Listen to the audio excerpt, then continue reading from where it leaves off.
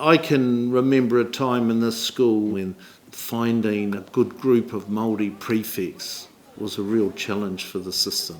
A time when the number of Māori crossing the stage at prize giving to receive academic rewards was nothing like it looks today.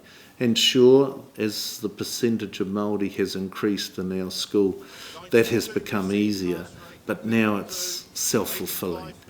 These boys set the standard, and the momentum and energy committed to that is such that it takes others with them.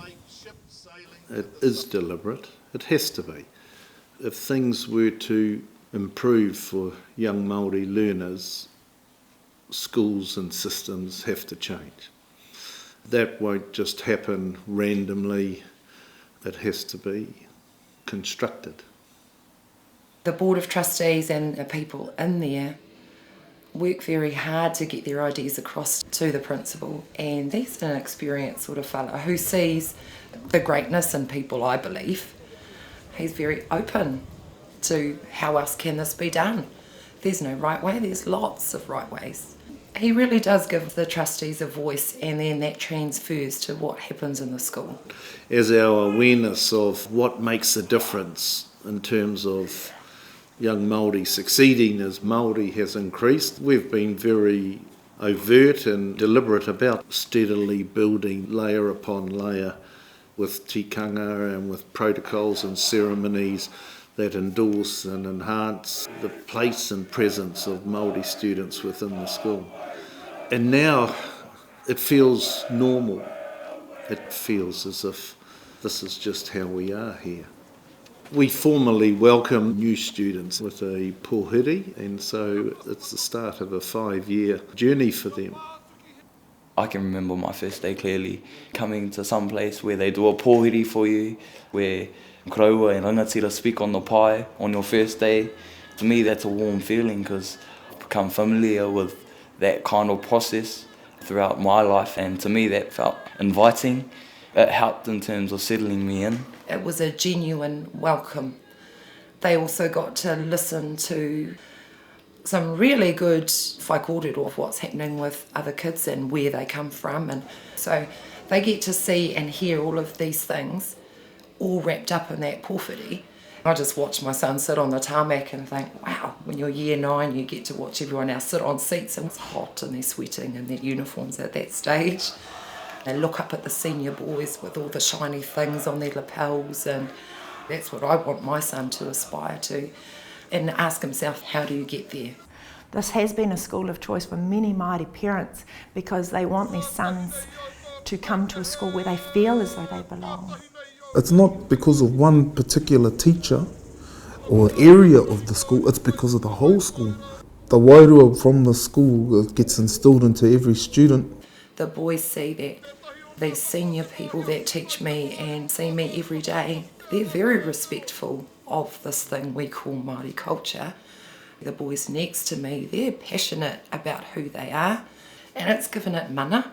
And then just by doing that, they've given themselves mana. So there's a real integrity. It is quite a beautiful thing when it's working and you see that every boy is supported. I've noticed the difference in staff at Rotorua Boys High School over the many years and their ability to intimately know their learners. That's been transformational. We have had to break away from that traditional attitude that I have taught these boys what they need to know to pass this assessment.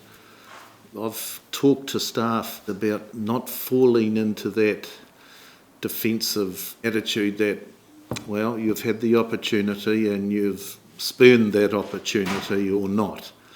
Rather, see our boys as being worth that further opportunity, being worth that further piece of encouragement, and not letting them opt out with their feet. And this vulnerable teenage period in their life, these young people need adults who will constantly and consistently and gently encourage them to do what's required to open the next door. I loved observing my son flying alongside his teachers as they learnt more and more about him. I certainly got the fact that the teachers bought in to knowing who my son was. It equipped him and enabled him to become a better student along the way, and it equipped him to ask the necessary questions. They've provided support around the cultural aspects, like kapahaka. They really acknowledge those kind of things around our school, and as Māori, it makes us proud. They praise Māori for being Māori and achieving as Māori, so I think they've created an environment where Māori feel safe. Once Māori feel safe and comfortable in the environment, they can really do anything. That goes on to achieving in all arenas. Our boys now really do embrace achievement. I think NCA, for all its critics, has really helped in many ways because it's chunked education, and education hasn't always been like that. Young Māori men like competing with the system and gathering in those credits and then being given an opportunity to tweak their work and maybe lift it from an achieve to a merit or merit to excellence. Our boys at any point in time would be able to tell you how many credits they're on, how many they have at excellence and merit, and how many they need and where they're going to come from.